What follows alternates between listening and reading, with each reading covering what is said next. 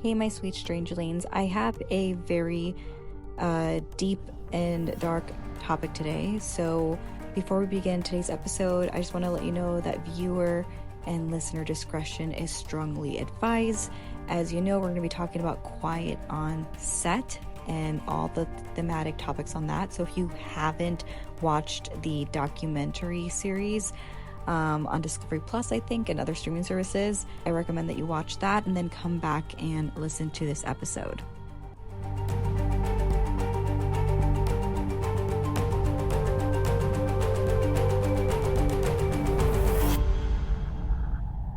Hi, everybody. Welcome to Mysterious Mondays. I added the mysterious there. Normally I don't. It's just call it Mystic Mondays. Just another Mystic Monday. Yeah. But I have a very special guest with me today. So welcome to Getting Strange with Stephanie Strange. Gabby, do you want to tell the audience a little bit about yourself and your background? Yeah, sure. Hi, my name is Gabriella Whiting. I'm originally from upstate New York. My background's in acting. I did Broadway stuff before the pandemic. Now I am a content creator and host and actress and singer and all of those things, which has been super great. So yeah, now I do content full time, and I used to do acting and Broadway stuff, and here we are today. Yes, you have such a really interesting and really good background. And guys, I really encourage you guys to check out her content, and you do a lot of fun pop culture stuff, and that's what we're going to be doing today. Yes, pop culture. Pop culture with a purpose is what I like to say. Yes, exactly. Because on this channel we talk about like paranormal, supernatural, metaphysical, and I feel like adjacent to that is society and true crime. And so we really wanted to talk about the new documentary series, Quiet on Set, on Nickelodeon. And there's so many thoughts. So many thoughts. I haven't been able to process it, so I don't know how Dan Schneider could get up there and make an apology interview right after. I'm like, still don't know. I watched that and it wasn't good, but we'll get to that. We'll get to that for certain. So we're gonna kind of go into a quick like timeline of what happened and our thoughts on that, and a perspective of like being adjacent in the entertainment space. I know you've had more experiences in the entertainment space, and you performed and stuff like that. And I also wanted to talk about like the thoughts in the aftermath, and just, this is more like a commentary. So if you guys haven't watched the documentary, please please watch it. I watched it on Discovery Plus is where I watched it. Oh, it's on Discovery. Yeah, I think I bought the episodes. Oh, you did? Yeah, because I don't have an HBO Max. Because I think you could also watch it on HBO Max. It's Discovery ID, HBO Max. There's ways you can watch it. I'm just cheap. Like, there are definitely a lot of ways you can watch it other than me. I went the cheapest route, and even then I was like $3. Streaming has just become really expensive, I feel like. It's probably more than cable at this point. I think so. I truly, because I think so for Hulu, I know guys, we're getting off time here, but Hulu, we have the package, and my husband and I bought it for like, oh God, when I was on the CW, and because that was the only way I could watch it. Like, I feel like I could watch it in real time. Oh my and gosh. that was like $60+ or something like that. Yeah. So anyway, so let's get into the whole Nickelodeon thing. So first off, like when you growing up, what were your favorite shows on Nickelodeon? My favorite show was Rugrats. I was a Rugrats kid, and I was a Nickelodeon kid. On Keenan and Kel was another huge one. I loved Kel Mitchell. Like, Kel Mitchell, I didn't have a crush on him, but in the sense of like, I thought he was so funny. I thought he was like such a good performer. Like, he could make me laugh out loud, like belly laugh. So I loved Keenan and Kel. I loved all that, but Rugrats was my go-to one. I feel like that's why it hit so hard. It's that era. I feel like you were either a Disney kid or a Nick kid, and it was part of your identity. I loved Rugrats, and I also loved, I was definitely more of a Nick kid, because I remember like in high school even, I had a lot of friends that were in high school still watching Disney. I was always more of that Nickelodeon person. I watched all that. I watched the Amanda Show, Drake and Josh. I loved Drake and Josh, actually. It was fun. Drake and Josh was like funny. It was funny. Yeah. It was fun. And I came from like a divorced family, so I did have step siblings, so I can relate on some aspects of how annoying and some of these, like, what's her name? Megan. And so I can empathize. I feel like I could empathize a lot with that show. And you know, when I watched the documentary series, they opened up with like the fact that this was like the first of, you know, having shows where children were the forefront of it. It was a narrative of children and their perspectives. Like, so did you ever notice that? Yeah, I guess not. I guess because I was born in the 90s, the early 90s, and so it already existed. So like growing up, I don't think I thought about the fact that it didn't exist before.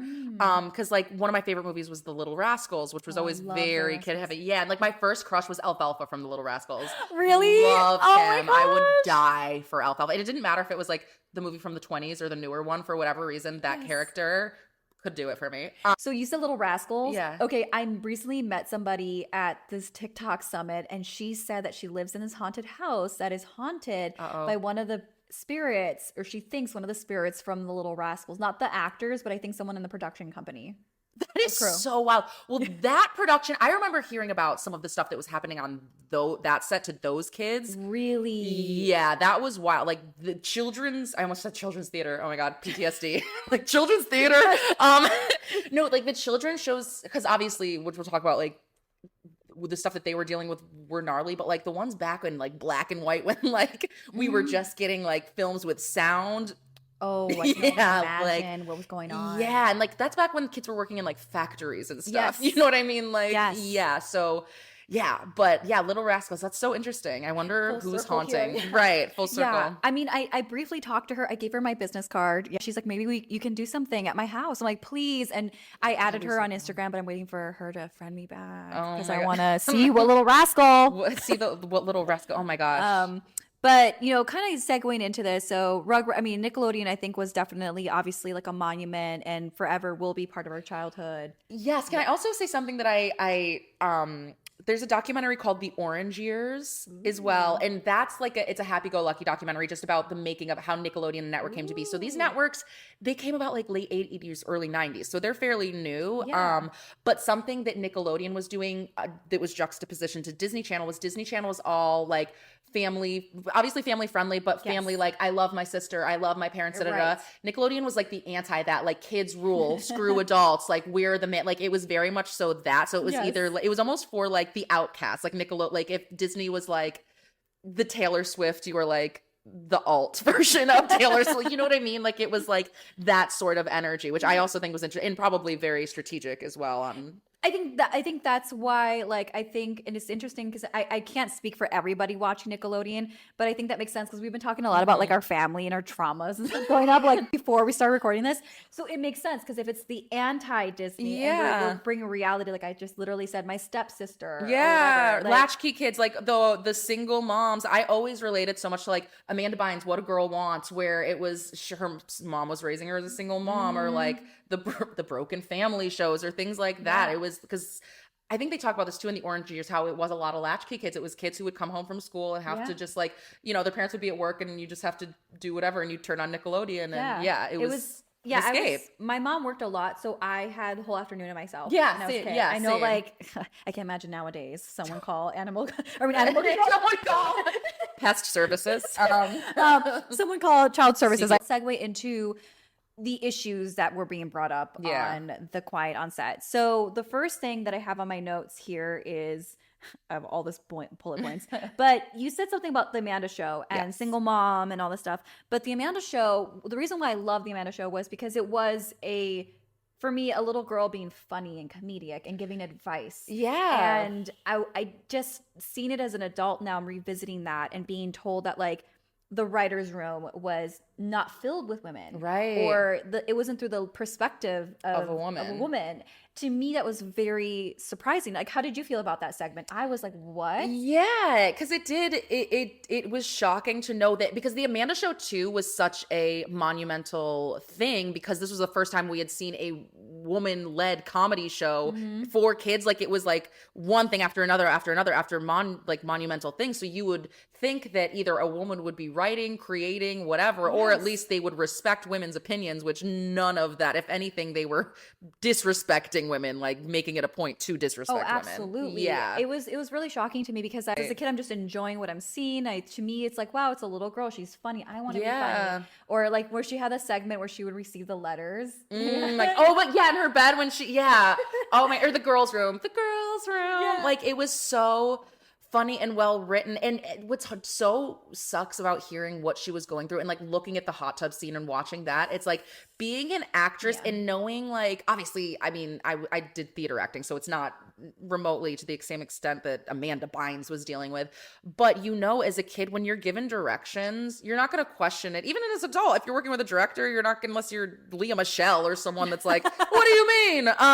You're not going to like really question it. And as a kid, you're going to assume that everything that adults say is right. So just knowing that, I'm using the hot tub scene for an example, knowing that she probably felt uncomfortable in that it wasn't her idea, it wasn't a woman's idea, it was probably Dan Schneider's idea, having to sit in a hot tub, be uncomfortable, but then also be funny, relatable, and not be able to see it on her face is such a skill, but also it's such a disheartening skill to know that like she was going through all of that, and like we just saw someone that we looked up to and wanted to be so much like, which is still admirable, but not in the ways that it's just like, it's so mind-boggling because I will say this. So I'm not a performer, I'm not an actress, but I've been on reality TV, and I remember that when I did that Halloween special. Well, that's acting. I was trying to be as very authentic as possible, unless like they didn't capture something on camera and they wanted us to redo something for like continuity. Yeah. But I remember that when we were filming this, we did have a female director. And I will say this, like, I'm not bashing the production company. Like, I'm really grateful for that experience. But I will say that I would see people still question her. So I'm like, she's a director for this. Leave her alone. It's so being a woman in any industry is so frustrating. Even Beyonce, there's a clip of Beyonce from her new movie that came out where she's literally saying, can you make the lights wider? And the crew is saying like, they don't make those, sorry. And she has to be like, really? I looked it up and they do. Yes. Like you literally have to, and that's Beyonce. You literally have to come in with receipts and know exactly what you're talking about. You have to be like your own lawyer. You have to, be able to get men to even take you seriously. Honestly, in this industry, and I experienced this a lot from men and women my entire life, which is a whole other thing. And it probably is because was always like the youngest in my class and all of these things. But people never think, not that I'm telling the truth, but they don't believe what I'm saying is accurate or right, or like they'll have to Google it, and then they're like, oh, you were right, and I'm like, yeah, I'm not. They assume I'm dumb. They assume I just have no idea what I'm talking about, and I'm like, why is this what, like, every single time too? I'm like, nothing's worse than when someone is telling you something that you know is wrong, and you're like, but they're gaslighting you, being like, no, you're the wrong one. Yeah, like, are you sure about this? And I, especially like we're a millennial, we're the millennial generation here, and I know that like in the late 90s, early 2000s, and even 2010s, I became more aware of it. It's always been this bro-y culture. So I cannot imagine Amanda Bynes being a little girl on set, and because I always felt this way too. I've worked in shows where I have a writer and the writer just doesn't seem to match my voice, and I struggle with that because it's like I rather just write the shit by myself. Yeah. Like, as a content creator, I rather write the shit for myself in my own fucking voice, but instead of spending an hour rewriting this whole story, when at the end of the day, like if this writer would have sat down with me, gotten to know me more, or has studied my work or anything like that, I have a plethora of work. This would be a lot more flexible. And so I look back on the show and I'm like, I can't imagine some of these jokes that were not meant for a little girl, I mean, I couldn't tell that. And does it and the question I guess some people might be asking, does it matter? I think it kind of does. I think it does too. And what's so frustrating too is not only because for the longest time, when you don't understand a joke and you're like, oh, this was meant for adults, and you're like, it's the realization that these jokes, though, were not meant for our parents. They were meant for like sick adults. You know what I mean? And like we were just the guinea pigs of this sick, big plot. And I just think that's disgusting. And it's and so then in the show, like in the Quiet on Set, the women were talking, there's only 2 female writers, and they talked about how they were not being compensated fairly, that they had a shared they shared salary. Yeah. I'm like, that's ridiculous. It's ridiculous just to try and be like, because it just they'll like make so many excuses saying like, oh, well, this happens a lot. The excuse that they're using was like, oh, this happens a lot in Hollywood, it's normal. It's like, that doesn't make it right. Like, and also because they're women, And because people in the industry take advantage so much of people who want an opportunity. Like, what are you going to say no? One of them was saying she was a waitress or something. It was which is still a fine job. But like, if your goal is to be a writer and then you get a writing job on a huge network, but you have to split your salary, who's going to say no to that? It's your first big gig. I know. It's like they take advantage of the hunger, of the desire, of just the want to be. Yeah. And back then too, like I can only imagine. So this is something that I've learned, and maybe you can correct me if I'm wrong on this, but one thing I've learned is that writers get paid more. They get paid one of the highest in show business. And so I learned that during the strike, actually. The strike told us that, like, we found out through the strike. And I have a friend that's a writer, and she was part of the Writers Guild. And so we were talking about this. I'm like, wow. And so they get paid more. And back in the 90s, I think, because I've talking to actors now that have been in business since like the 90s and 80s, and they've said that content creators get paid more now. So like, okay, let's look at the math. Wait, pause. Paid more. Content creators now get paid more than the actors did in the 80s, because obviously content creators didn't exist back then. So let me clarify. So like content creators get paid more now for like having their own platforms and just like being talent and doing their thing. Whereas like actors, just like actors alone on streaming services, don't get paid alone enough to sustain as themselves. much as content creators make today. Oh, absolutely. The content creators make more than actors today. So let's put the math here, right? So if writers who recently went on strike are talking about they're not being paid fairly back in the 90s and 2000s, I imagine because people were getting paid more back then because DVDs and going to the box office. Oh, and all this stuff. The way that we watched it, TV, even just watching things on cable. Yeah, they were getting paid a lot more back then. Yeah. And so I cannot imagine Nickelodeon like making so much money and paying their two female writers not fairly. Like, let's pause for a second. Yeah, I actually didn't think about that. Yeah. They were a heavy hitter. It was Nickelodeon and that was like the orange years, so to speak. You know what I mean? Like their like golden era. Yeah, I feel like of Nickelodeon was that. Yeah, like isn't that wild? Yeah, so that's one thing for people to consider even furthermore is just talking from our side of like this, the side of the spectrum of entertainment. Actually, let me backpedal a little bit because what I was trying to say earlier with like having a female director and being on that reality show, it meant so much more to me as an adult. I can't imagine as a child, but it meant so much to me having a female director to tell the story. It was very pivotal for a Indigenous woman and her story that passed away in that house.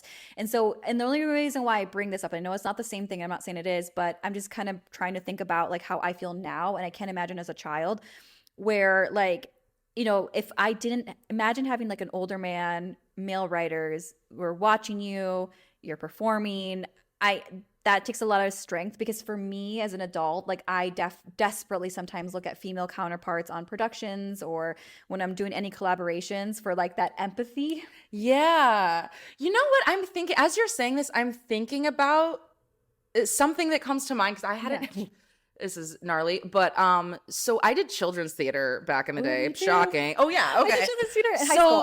In high school, yes. So this was in middle school that I was doing this one, and there were a lot of male counselors, like the person who did the music, the person who did the dance.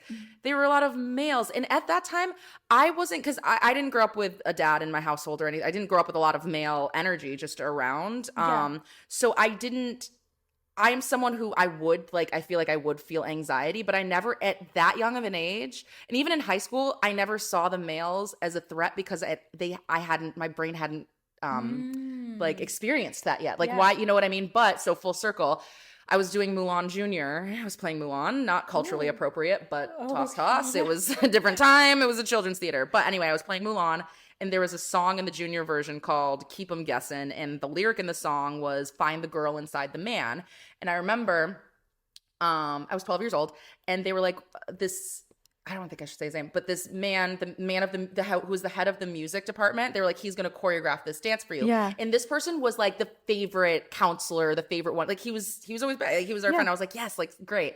And so I remember it was super fun. I got to do this, like, drop it to the floor, like, find the girl inside the man. That's what it was. And I got to, like, booty drop and, like, pop it. And he kept telling me, like, make sure, like, you go harder. Looking back, I'm like, why wasn't I doing a jazz square or, like, a grapevine? But so then a couple years ago, someone reached out to me on Facebook and was like, hey, I saw that you're friends with this person on Facebook. I just want to let you know that he got convicted for pedophilia. And I was like... Solid. So all of that whole story to say, at that age, I wasn't thinking, like, I didn't feel uncomfortable around men, so to speak, in that sense, because I wasn't having sex. I wasn't watching porn. I wasn't, I mean, I wasn't, so I thought, watching things that would be sexual on TV. So like at least from my experience as a child actor, you're not realizing what's happening, but it hits you as an adult when you're looking back and you're like, oh my God, that's disgusting. Like how, like looking at myself, I'm like, how, oh my God, I feel so bad for myself. But at that time, I was just dancing and having fun with a guy I thought was my friend. Yes. And that's what's screwed up. Absolutely. Is the adults know, but the kids don't. And you're literally you're grooming them. You don't, you're teaching them. They don't know. And so that's the thing too. It's like at the time she might have been, at the time in the hot tub, she might have been like, oh my gosh, this is my friend Dan. Just like you would, how we saw them. So there are several pictures on the internet, and even like in the documentary, they would show Dan Schneider like sitting next to Amanda Bynes, or like the massages, or sitting in the jacuzzi with her. Yeah. And I'm like, why is he in the pool with her, or why is he in this jacuzzi with her? Even I remember watching Nickelodeon, like being in the 90s watching it. I remember thinking like, these jokes aren't funny, but I think that this is what other kids think is funny, so I'm gonna find it funny too. Like, not saying I didn't, like, I was laughing at them, but it wasn't my sense of humor per se. Like, it was really like almost like a fart joke or something, where I would be like, this isn't really like, this is kind of gross, but I guess this is what's funny. Like with everything, when they were always like feet or like whatever, I was always like, oh, this seems kind of weird, but like, okay, haha. Yeah. And I think that's why I eventually, Raven got me to switch over to Disney, but it got to a point where I was just like, this is just like too weird. It just was like literally too weird. And now knowing why, but it's like when Dan Schneider used in his apology excuse, like, oh, well, we testing or whatever when the kids say like what they find funny or like what characters they like, whatever. Forgot what the actual term is, but he was like, oh, well, all the kids, this is what they thought was funny. And I'm like, no, but you knew what it actually was. And they also said in the documentary that he was aware, like with the Penelope Taint thing, he was aware that that was the name, and he told the other people in the writer's room, this is a joke. And then when someone else came in and said, is this what this means?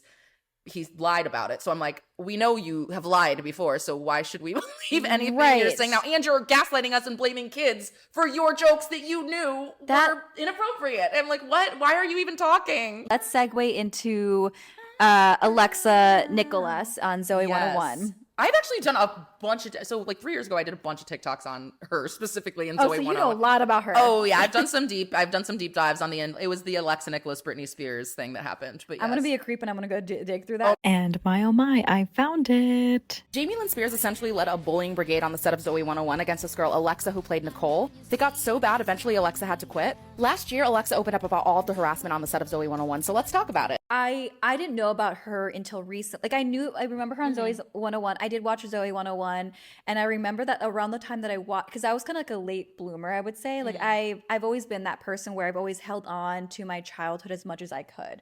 So I was still in high school watching like Zoe 101, even though that was probably not my demographic. I went to the movie theater to see the Hannah Montana movie in high school. Like, okay, good. With my, like, I was sitting, I bought it. Yeah, no, you're fine. You're fine. So I remember watching Zoe 101, and I think around that time frame, it had to been like maybe 9th grade or 10th, I don't remember anymore. But that's when the magazines of Jamie Lynn being pregnant. Oh my God. I don't remember what year. It was 2008. I remember it was yesterday. Okay, so then never mind, it wasn't 9th grade. It was around my junior, senior year. I think it was 2008. Or something. It could have been 2009, but I think it was 2008. Okay. But I remember watching it, and I remember Zoe 101, and I always thought that show was really interesting, but I think Drake and Josh was my favorite. Yeah. And it was okay. It was entertaining. But then of course, like that scandal came out, and, fast forward, I'm on TikTok, and I was on the algorithm of like Alexa Nicholas. She was talking about like what that experience was like, and how I remember listening to the Britney Spears audiobook, and she addressed that, and so this is what I do love about Britney Spears, is that I think she was very humble about certain things in the book, and one of those was admitting how she felt wrong for yelling at Alexa. So I think that was amazing that she wrote that down and I'm sure she privately apologized. I want to think who knows though, honestly, if she was in a conservatorship for 13 years, like I don't know. I would hope that who knows. And what I find really interesting, I'm glad you said that, because obviously people are like, did Britney Spears even write this book? All of this stuff. But reading it, it sounded like a person who, like, it sounded like a book that I would have written. Like, it sounds like how I would have written something that I'm like, when I'm remembering experiences, it sounds like how it, and she writes about, when she was on Star Search, someone named Marty Thomas, shout out Marty. But I know him from like the musical theater scene. Oh, wow. And the way that she's describing him, she was like, this little boy with spike hair, he had so much charisma, all this stuff. I'm like, that's Marty. I'm like, I know this person. Like, you're describing that so I'm like, I feel like So it is her, yeah. Yeah. Like, I'm like, just knowing these people, I'm like, yeah, like It has to be. yeah. Yes. So I felt it was her, especially the spiritual parts of it. Ooh, I love that. Yeah. Yeah, so going back to Alexa Nicholas, I feel like that when she mentioned it in the book, that it actually was her, like, recalling it and apologizing for it. But it was, I don't remember when I first heard about the Alexa Nicholas stuff, but it was a while ago. And I just remember being really shocked, finding out, I think the most shocking thing wasn't at the time that Nickelodeon let it happen. It was that Jamie Lynn was a bully. Yes. Yeah. And that was the thing that was like, huh? And that started turning, I think, ears. That might have been the catalyst, not the catalyst for the Britney Spears stuff, but it definitely was like, what do you mean? I feel like she almost broke or cracked the glass a little bit with like Nickelodeon stars coming forward and telling their truth, so to speak, which is really, I mean, I commend her for everything she's done, because I know that she takes gets a lot of bravery. Takes so much bravery. Even just you get so much slack from everyone around you. Even people, the worst is like when you come forward and share your story, there's people that are around you or on set that will say that's not what happened. That's not, you're remembering it wrong, but it's like, you were not that person and you weren't around them 24/7. How do you know what they experienced? And so I just always hate when people discredit someone that comes forward with their story, because it's like, you didn't experience that. Well, so like, okay, I know this is something different, but like I've heard on other people that do revisiting of shows, they've been on reality TV shows. So I'm not going to name it because I want to stick to this theme, but there's other people that have said, okay, like I acknowledge that I have a TV show because of these individuals, or for whatever reason I was here. So I got this show, but I think I still have every right to complain and talk about what wasn't right about it. And I think the same goes with Alexa. Like, it's like, that's amazing that she had a show, she was on the show, and I'm sure to some extent she's grateful for it. But on the other side, like, because she has a podcast now too. And I believe she has a podcast. I remember. Yeah, she does.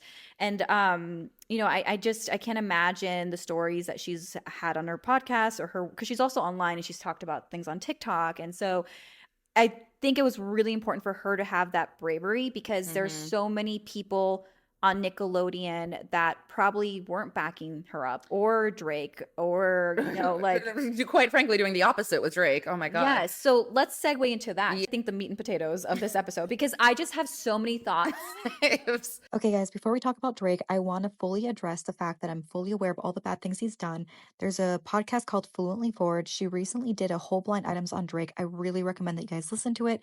It does go in further details on all of the allegations, talking to underage girls, and so on. So please check it out. But for right now, we're going to focus more so on what happened to him on set. But hopefully we can touch base on it in a part 2 after this. So many thoughts. So like, I think with Drake, I think that it's so important for him to share his story, because it just goes to show that pedophilia in Hollywood, every child can experience it. It doesn't matter. It's not just little girls. It's also little boys. No. And I don't think there's enough conversation on how it happens to little boys. No, definitely not. And I think it's harder to pick up on too. And especially like Drake had said, what's so disheartening is Drake's dad did everything right. Like, he literally did everything right. And he said, I don't feel comfortable around this, and production told him, you're being homophobic because Brian's gay. Brian Peck, the guy that ended up molesting Drake. But it's like, he saw things that were wrong. It's like, and even though he felt off, the network didn't do anything about it. I think mother's intuition is always glorified and talked about, which we saw did not like. Yeah, it was almost the opposite with this. Right. And I think there's so many, like, I think when a parent is just trying their best to be a good parent, it doesn't matter if it's a dad or a dad or a mom, but I want to kind of like give a shout out to the dad, because it's like, this is like one of those cases where a dad can also have a father's intuition. They know how guys work. So because his dad also talked about when Drake was in a parade and Brian came with all of his friends and were walking around, that was his first like kind of like ear up, like, what's going on? But moms, if a woman, it's not the same. We might pick up on if like older women are doing it to little boys, but like Sure. it's harder to pick up when we're not men and we haven't lived life as a man. Well, I just think that we're not like, especially back then, right? Because again, we go back to what I was saying earlier, where very bro culture Yeah. back in those time frames, and unfortunately, like we're only having conversations in recent times about like misogyny, toxic masculinity, and social progression. And I think that back then it was even harder. There's so many stories of, you know, when women back then were coming forward about being SA'd or anything like that. It's like, well, you asked for it. Though that was the era of it. You asked for it. You know what I mean? Like, Yeah. so I can't imagine for Drake's dad to like literally see all these cues and pick up on something not being right. And people are like, you're just being this, or you're just that, or you're just being too much. Just shut up. And it's Yeah. like, I can't imagine for that. And I just feel my heart breaks for that, because as a parent, you want to protect your child. And I cannot imagine for his dad to try to do everything he could to protect his own son. And still it happened. It still happened. And not only that, but Brian was so, or from what they said, so intertwined in the industry. Like everyone loved him. And that's what's so wild, is knowing that everyone loved him. And that's a lot of times these people are so good at people pleasing. They're really good talkers. They like make you seem like you're your dad or your best friend, or they have a lot of people in the industry. Because that's the thing, what Drake's dad's going to speak up, and Drake's going to get blackballed from age 14 for the rest of his life. And it's like, meanwhile, he's pen pals with John Wayne Gacy. Like clearly something is not right. Oh, the John Wayne Like, Gacy. that's insane. Like if you were to be like, I'm pen pals with John Wayne Gacy, I might be like, not John Wayne Gacy, but it would make more sense because you do spooky stuff, and that's But even like then, I have to add on that. But please finish your thought, because I'm going to add some thoughts. I was just gonna say that would make more sense because that's like your niche. Brian Peck, kids TV. Why are you pen pals with someone who's convicted for killing children? You know what I mean? Like it's like, what the heck? Well, John Wayne Gacy was gay or closeted, they say, and he killed like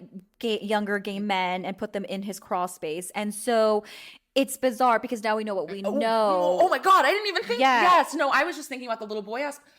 Yes. What if it got to the and he was Pogo the clown that was like entertaining children's parties. So there was a lot of messed up psychologically. And for Brian to freaking just like be doing that and then being around children and Josh and even Leonardo DiCaprio. Like, I'm sorry, but you guys have to watch that video. Did you see the video? where he's like touching his arm? And also Leonardo's the one that has that no girlfriend past 25, right? Yes. So now some things are making a little bit more sense. Yes, it is. And I'm like, There's some trauma there. Because, so here's another thing, right? Like, so talking about pedophilia, I know this is a very, very like heavy topic, you guys, but the thing that I'm trying to get my point across is that when you are exposed to those things, I'm not saying that everybody passes it on, but when you're exposed to some form of inappropriate behavior from an adult, if you don't process it, and men and boys are not taught to process emotions, where they're taught to suppress,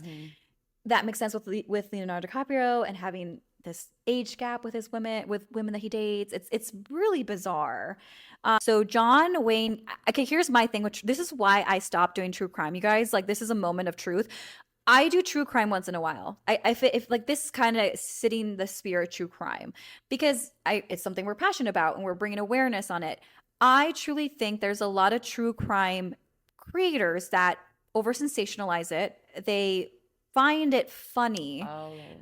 I think it's no matter what you're doing, you shouldn't be writing to serial killers. You shouldn't even be having serial killer memorabilia. No, these girls that are like pen pals and like lust after did you see Rose? Apparently she had like a bunch of suitors that she like turned down in prison. I was like, I mean, good for you, girl, but like who are these people that are like getting aroused by killers? Yes. The Night Stalker, like Ted Bundy. Why is this? I think Charles Manson had a wife or something like that. I think I mean, true crime is interesting to talk about because it is interesting talking about like the fucked up psyche of people, but to sit there and collect memorabilia to these, I think that's definitely crossing the lines.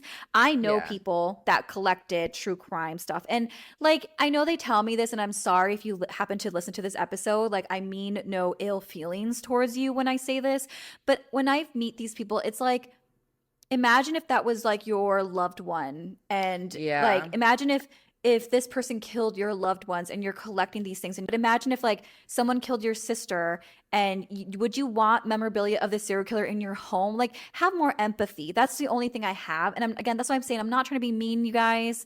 It's just a question. I'm not coming from a malice place. I'm coming from a place of like awareness, because the victims and the victim's family, and we talked about the whole Ted Bundy thing. Yeah. They're online. Yeah, everyone's online. And also, do you not feel so weird and like just get bad vibes when you're around that kind of stuff? There's an exhibit at the Getty Museum that's all like satanic kind of stuff, and they have like Lil Nas X blood shoes that he made. Oh, I think you told me about this. Yeah, but there was some stuff, I don't know what it was, but it just made me feel so, I was like, I need, the vibes in this room are off. I don't know what it is, but it just felt like dark, like black. Yeah. I just feel like anytime I'm around that kind of stuff, I'm like, why would you want that in your home? Like, it just feels dark, like dark energy that as well. I had my experience at 18 with that lady. The Ted Bundy story. Yeah.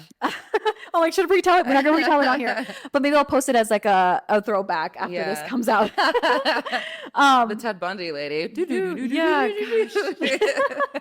Like, that was me at 18. And again, I've been that person. You know, I've been that person where I'm like, oh my God, it wasn't until I met somebody that I really learned. But I was 18 and I'm not excusing myself. Yeah. Like, no, I was still a dumb teenager. Like, wait a minute, this is reality. Yeah.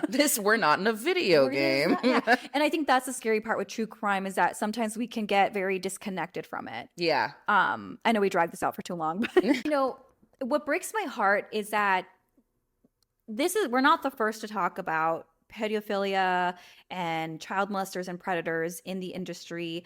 We're really like, you know, we're the one of many. Yeah. And I think, so there's a list that I looked up of like child actors that have been dealing with abuse for such a long time. We even go back to Shirley Temple and how she was abused and drugged and all these things, and Brooke Shields. And then we go into now like the Nickelodeon cast. And I just want to quickly ask you this question. Why do you think there hasn't been more of a like, why haven't they doubled down on protecting children? What do you think that is in Hollywood?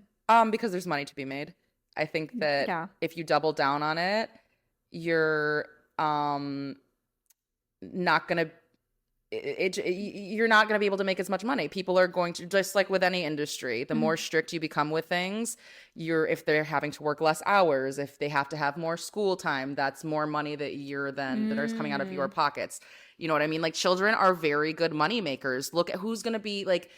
Women, yes, are the main percentage of consumers, but children as well. This is embarrassing. I was watching the Hannah Montana concert tour last night. Oh, cool. But the amount of screaming girls buying the merch, doing all of this, there's so much money in that. Yeah. You know what I mean? There's so much money. And I feel like a change needs to be made. There needs to be a lot of things, but even like having a therapist on set, that's going to cost money. All of these things are going to cost money. And I feel like with any industry, just that's what it comes down to, why there hasn't been.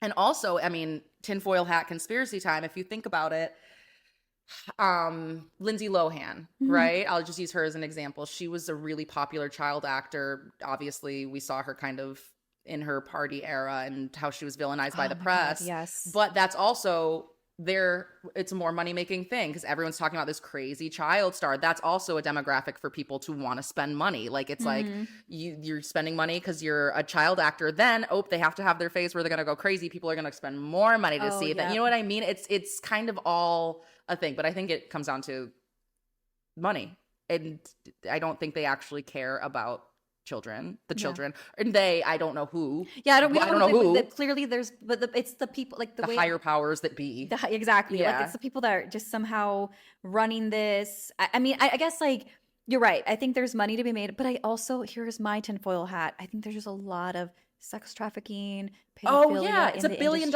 industry, right? I think it's heavily linked to the entertainment space. I think that you're right, and I think that it's way bigger than we realize, because as all of these little things are coming out, like the Epstein Island splat thing, the Penelope taint. What do you mean? Balenciaga. Remember when they were getting dragged on the internet because of that child, like the dominatrix theme? Oh, yeah. And it's all of these things, like the pizza, like how that's like not symbolism, but code for one of the things. Like, I want to order a pizza. So we kind of concluded that Drake Bell, I feel like if none of this would have happened to Drake Bell and, like, you know, Brian Peck and all this stuff, like, because he had that Nickelodeon movie, Fairly Odd Parents.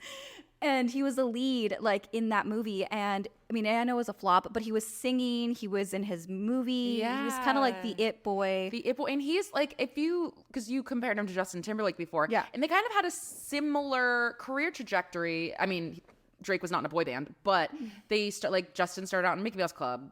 Drake was all that, Nickelodeon. But they also did music on this. Like, Drake had been auditioning and in a band and singing and stuff and doing his own comedy. It's not like he just started doing it when Nickelodeon booked him. It was like he had already been doing that. Same thing with Justin. It's like these kids were already doing that and then they auditioned for the show because they were already talented. It wasn't like a Nepo baby situation where it's like, let's see what you can do. Drake had his own show and had his own album, but now that we know what happened to So I know that we talked earlier about like 41 people had signed or for Brian Peck supporting him. Yeah, supporting Brian Peck to get the judge too. But we didn't touch base on one of the actors. They were on, what was that show? Callum. Taron Callum. Yes, Taron Callum. He was in Stuck in the Suburbs on Disney Channel. He was in The Amanda Show. He co-starred with Drake in The Amanda Show. He was in Big Fat Liar. He was in Big Fat Liar as well. So that snake, what do you mean he wrote a letter? That's what's wild, granted. I don't want to. Right now, how I feel about him, he is a snake in my soul. I have a parasocial relationship with Taron Callum, whatever his name is, and he's a snake. Why would you write, like, this is what's mind-boggling about that is they worked together on The Amanda Show. He's been in the industry. They probably were friends, da-da-da-da, and you're going to sit there and write a letter to supporting Brian Peck. Even if you didn't have, like, the full context of what was going on, I just can't imagine you're going to sit and smile in my face. Right. It's like, that's so LA. Like, that is LA to a T. When people say LA is fake, I always used to think it's because people had so much plastic surgery. And I'm like, oh yeah, LA's fake. No, it's because people will smile at your face and stab you in the back. That's what they mean. Their personalities are fake. Like, oh my God. I got, well, you know what's interesting? Yeah, Boy Meets World. Yeah. So they were on the podcast. We saw a clip of this, and if I find it again, I'll plug it in. But they were talking about how they were lied to. Yeah. And they were only told one narrative of the story, and that's why they supported Brian Peck. Yeah, which also makes sense. Like, context is a really big thing in this. So we go back to the whole thing of like, yes, back then it was a different era, and like we mostly saw the narratives of like an older man predator and younger girls, but this is more awareness on like how anybody can be a predator to any child, and like how do we prevent this? Context is everything. Two sides of the story is important for everything, especially something like this where yes, it's like, very strong and serious allegation. Like, you should always want to hear both sides of the story. I think though too, it is like, it just goes to show you can't trust him, because these kids, who knows what actually happened with the letter, like why they actually wrote the letters, what was told to them. But it really is like, if the narrative was completely shifted, it was by an adult. It wasn't other kids twisting him, being like, write this to Brian Peck. It was an adult that told them to do that, who was more knowledgeable. It's always these people who know more who are manipulating the situation. And that's what is like so frustrating too. Oh, I know. It's really heartbreaking. And speaking of that, like we, going into the whole thing of like racism and all of that, we had, for Nickelodeon, we had I loved Keenan and Kel, all of that.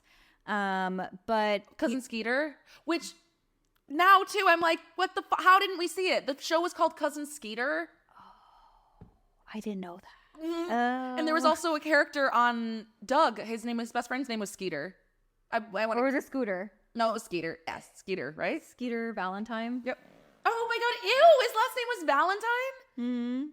I don't like this world anymore. It's the Skeeter Valentine. It's the Penelope Taint. It's the AmandaPlease.com. AmandaPlease.com.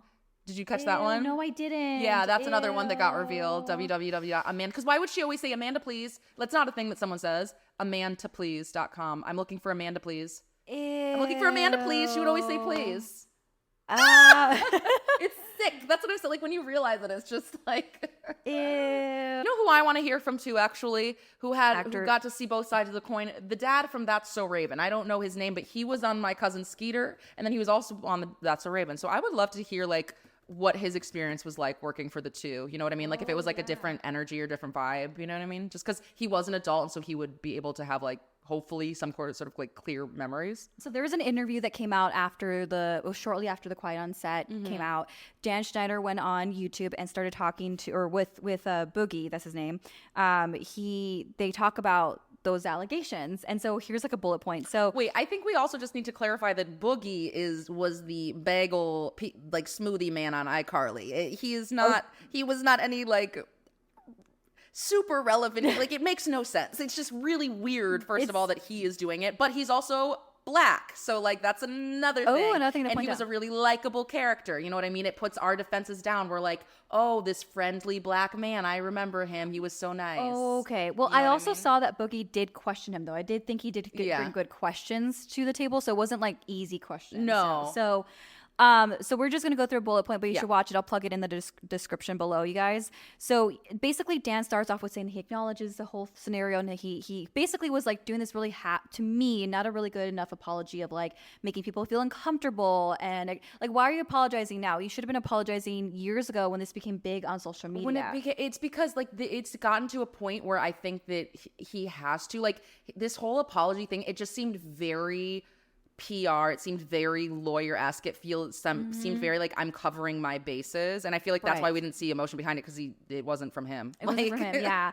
And then he talks about like, so he acknowledged the massages and he regrets it. It's like,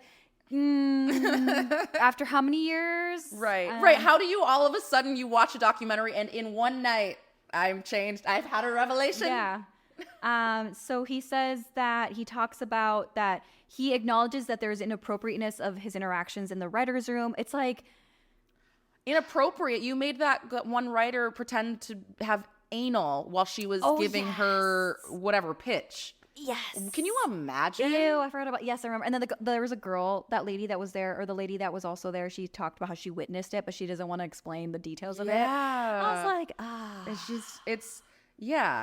Yeah, I don't think, especially having dealt with people, I'm sure dealt with, having being a human, dealt with other people apologizing, that's not it. No. And then he talks about how like, he denies that he was ever banned on set. He said that he addresses this. He said there was serious issues of child predators. I'm like, well, if that's the case, why weren't you guys doing background checks on like once one came out, you should have done a background check on everybody that you didn't do a background check, or did you? The question that you said, are you really checking background checks, and are you really like, you know what I mean? Like saying no. Multiple pedophiles on the set. It wasn't just like one. Yeah, it was very weird. And then he talked about. He said that there's a importance of having a licensed therapist to oversee the hiring process for child actors. Yeah, that's a lawyer, or that's a press. That's not him. Also, can I say something too? You know why he feels so comfortable? First of all, it is giving very much so narcissist Ted Bundy, OJ. I'm not gonna get in trouble. I'm OJ. Like I'm gonna represent myself in court because I know everything. I'm going to sit in front of this camera a day after this because I can get away with whatever, because the only person that can probably take him down is not mentally here, Amanda Bynes.